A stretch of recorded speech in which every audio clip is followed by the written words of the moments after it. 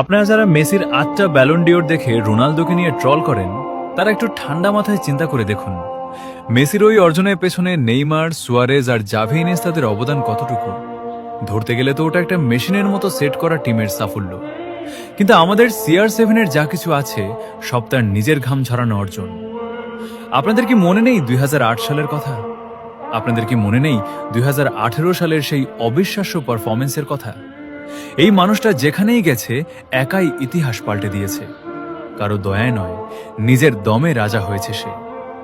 আচ্ছা, একবার ভেবে দেখেছেন, রোনালদো যদি নিজের দেশ পর্তুগালের মায়া ছেড়ে ব্রাজিল বা ফ্রান্সের মতো টিমে খেলতো, তবে হয়তো আজ ওর জার্সির পাশে আমরা 3টে বা 5টা বিশ্বকাপ জলজল করতে দেখতাম। কিন্তু এই মানুষটা নিজের দেশকে মন থেকে ভালোবাসে, তাই শত প্রতিকূলতার মাঝেও আজীবন নিজের দেশের পতাকাকে আগলে লড়াই করে গেছে। মনে রাখবেন, ট্রফি গুনে খেলোয়াড় চেনা যায় না, কলিজা দেখে রাজা চেনা যায়। He is the only king